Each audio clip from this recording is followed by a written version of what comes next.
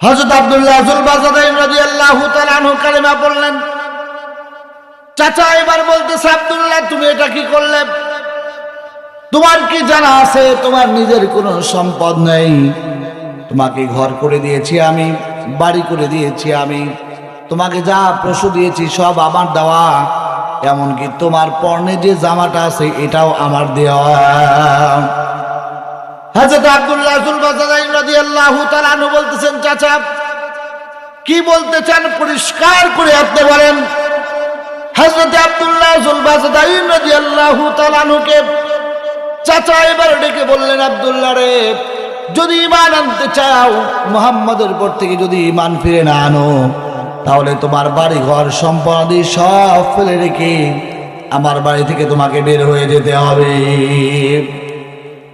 আবার ভাই এখনো মনোযোগ দিয়ে শুনবেন।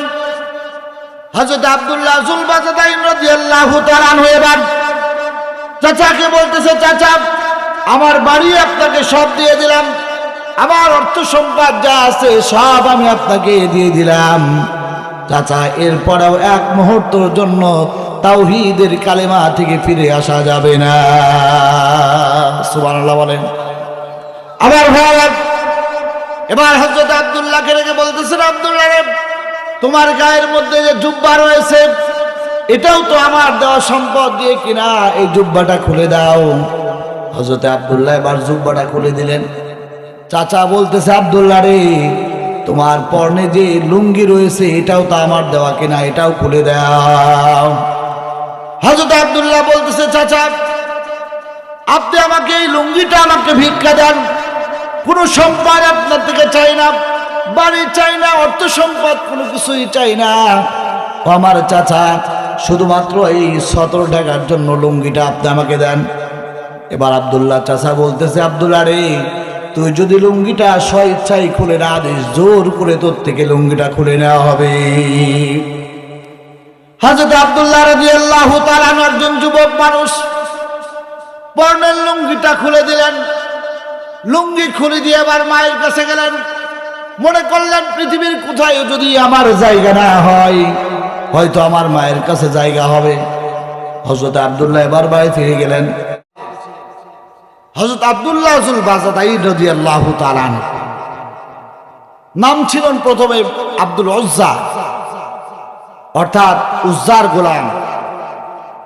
রাসূল করিম সাল্লাল্লাহু আলাইহি ওয়াসাল্লামের তিনি ঈমান আনবেন এই জন্য চাচার ঘরে মানুষ হয়েছেন। চাচাকে বলতেছে, চাচা শুনলাম মুহাম্মদ সাল্লাল্লাহু আলাইহি ওয়াসাল্লাম নাকি নবী, এটা কি আপনার বিশ্বাস হয়? চাচা বলতেছে, হতেও পারে। হযরত আব্দুল্লাহ যুল বাজাদাইন রাদিয়াল্লাহু তাআলা আনহু বলতেছেন, তাহলে চাচা আপনি ইসলামের দাওয়াত আমি আপনাকে দিচ্ছি, আমি বহুত আশা রয়েছি যে আমি আমার চাচার হাত ধরে একসঙ্গে কালেমা গ্রহণ করবো। সুবহানাল্লাহ বিহামদিহি। তো চাচা বলতেছে, কি কও তুমি, ঈমান আনা সম্ভব নয়। হযরত আব্দুল্লাহ যুল বাজাদাইন রাদিয়াল্লাহু তাআলা আনহু বলতেছেন, চাচা আপনি যখন ঈমান আনবেন না, তাহলে আপনি শুনে নেন আমার কথাটা। এই মুহূর্তে আমি ঈমান আনলাম, লা ইলাহা ইল্লাল্লাহু মুহাম্মাদুর রাসূলুল্লাহ। সকলে বলুন সাল্লাল্লাহু আলাইহি ওয়াসাল্লাম। হযরত আব্দুল্লাহ যুল বাজাদাইন রাদিয়াল্লাহু তাআলা আনহু কালেমা পড়লেন। চাচা এবার বলতেছে, আব্দুল্লাহ তুমি এটা কি করলে? তোমার কি জানা আছে তোমার নিজের কোনো সম্পদ নেই? তোমাকে ঘর করে দিয়েছি আমি, বাড়ি করে দিয়েছি আমি, তোমাকে যা পশু দিয়েছি সব আমার দেওয়া, এমনকি তোমার পরনে যে জামাটা আছে এটাও আমার দেওয়া। হযরত আব্দুল্লাহ যুল বাজাদাইন রাদিয়াল্লাহু তাআলা আনহু বলতেছেন, চাচা কি বলতে চান পরিষ্কার করে আপনি বলেন। হযরত আব্দুল্লাহ যুল বাজাদাইন রাদিয়াল্লাহু তাআলা আনহুকে চাচা এবার ডেকে বললেন, আব্দুল্লাহ রে, যদি ঈমান আনতে চাও, মুহাম্মদের পর থেকে যদি ঈমান ফিরে না আনো, তাহলে তোমার বাড়ি ঘর সম্পত্তি সব ফেলে রেখে আমার বাড়ি থেকে তোমাকে বের হয়ে যেতে হবে। আবার ভাই এখনো মনোযোগ দিয়ে শুনবেন। হযরত আব্দুল্লাহ যুল বাজদাইন রাদিয়াল্লাহু তাআলা আনহু এবার চাচাকে বলতেছে, চাচা আমার বাড়ি আপনাকে সব দিয়ে দিলাম, আমার অর্থ সম্পদ যা আছে সব আমি আপনাকে দিয়ে দিলাম। চাচা এরপরেও এক মুহূর্তের জন্য তাওহীদের কালেমা থেকে ফিরে আসা যাবে না। সুবহানাল্লাহ বলেন। আমার ভাইরা এবার হযরত আব্দুল্লাহকে রেখে বলতেছেন, আব্দুল্লাহ রে তোমার গায়ের মধ্যে যে জুব্বা রয়েছে এটাও তো আমার দেওয়া সম্পদ দিয়ে কিনা, এই জুব্বাটা খুলে দাও। হযরত আব্দুল্লাহ এবার জুব্বাটা খুলে দিলেন।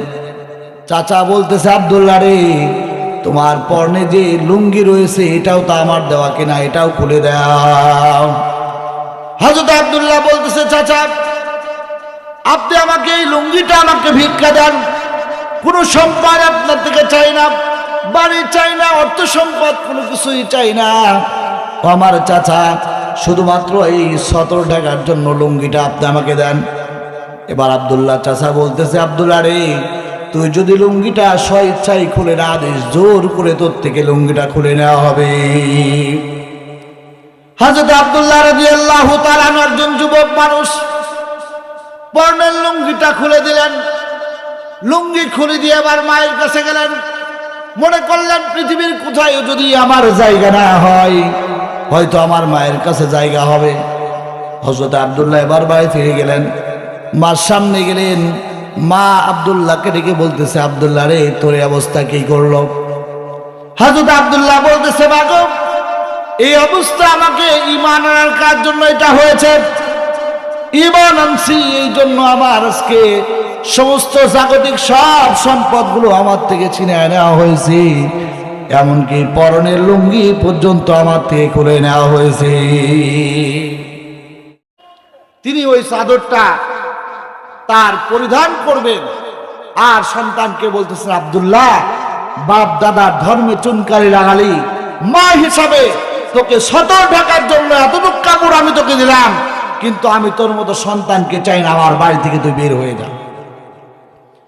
এবার হযরত আব্দুল্লাহ যুল বাজদাইন রাদিয়াল্লাহু তাআলা আনহু মাকে বলতেছেন, মা গো মনে করেছিলাম পৃথিবীর কোথায় যদি জায়গা না হয়, হয়তো মায়ের কোলে আমাকে জামার জায়গা হবে, কিন্তু মা আপনি আমাকে জায়গা দিলেন না।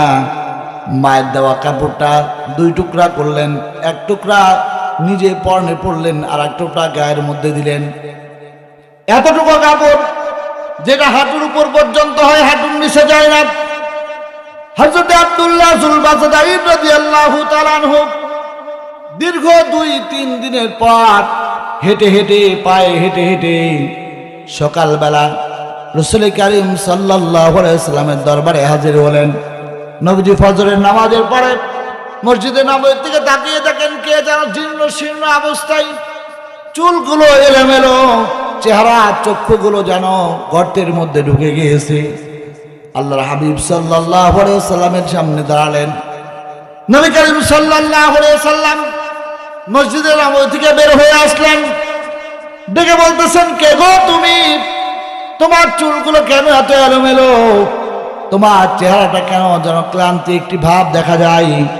হযরত আব্দুল্লাহ যুল বাজদাইন রাদিয়াল্লাহু তাআলা আনহু বলতেছে, ইয়া রাসূলুল্লাহ ঈমান আনার কারণে আজ আমার বাড়ি ছাড়তে হয়েছে, দেশ ছাড়তে হয়েছে।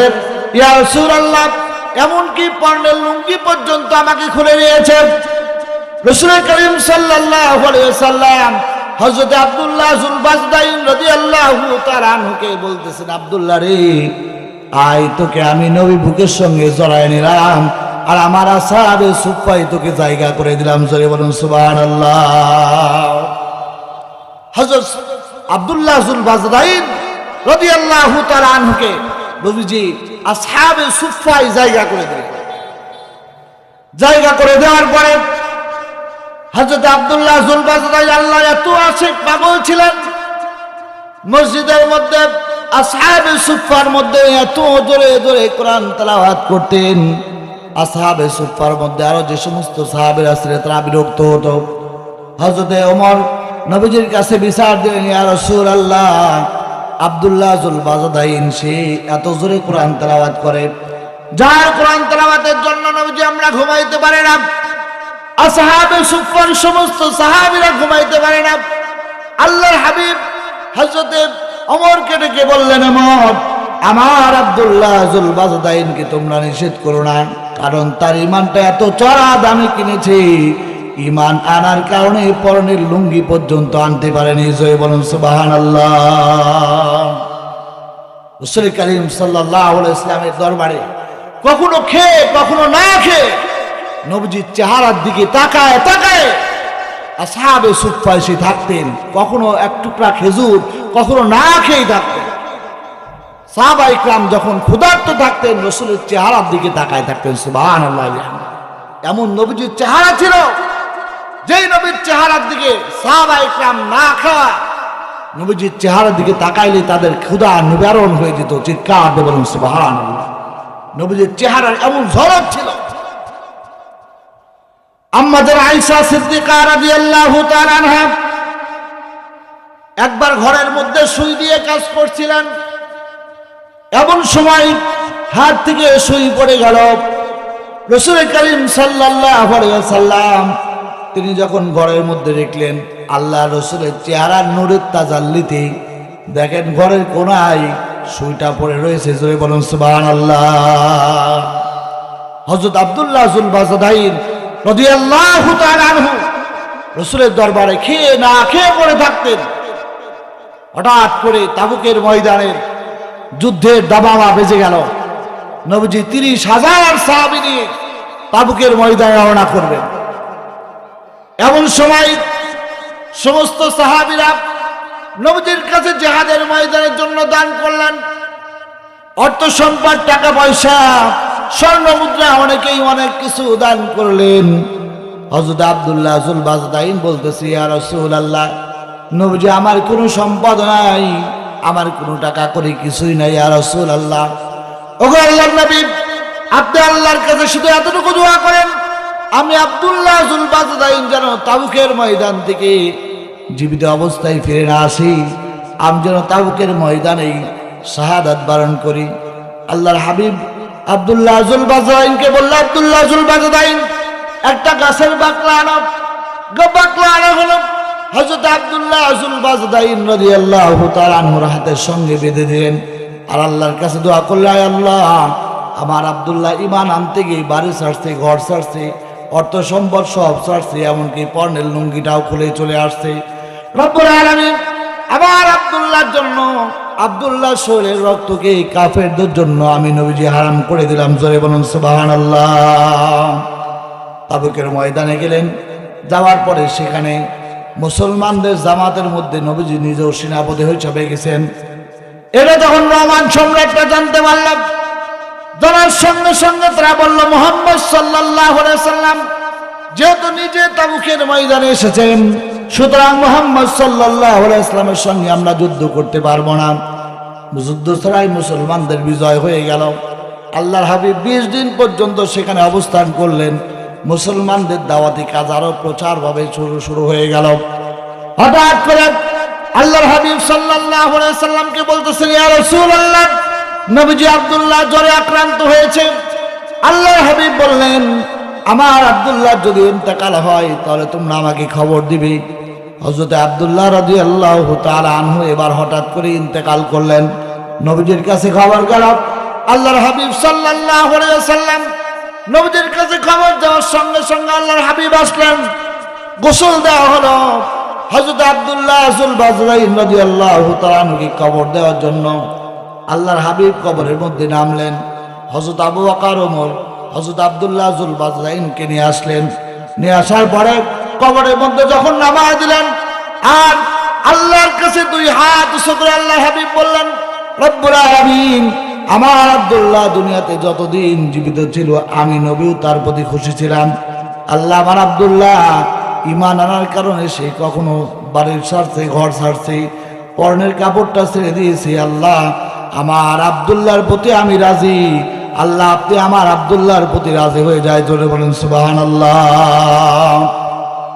হযরত আব্দুল্লাহ ইবনে মাসউদ রাদিয়াল্লাহু তাআলা আনহু বলেন, হযরত আব্দুল্লাহ যুল বাজদাইন রাদিয়াল্লাহু তাআলা আনহুকে নবী নিজ হাতে কবরের মধ্যে নামিয়েছে। আল্লাহর কাছে দোয়া করেছি, আয় আল্লাহ, এটা যদি আব্দুল্লাহ জুল বাজদাইন রাদিয়াল্লাহু তাআলা আনহুর লাশ না হয়ে আমি আব্দুল্লাহ ইবনে মাসউদের লাশ হতো, তাহলে আমার জীবনটা ধ্বংস হয়ে যেত। জোরে বলুন সুবহানাল্লাহ। এটা হলো সাহাবায়ে কেরামদের জীবন।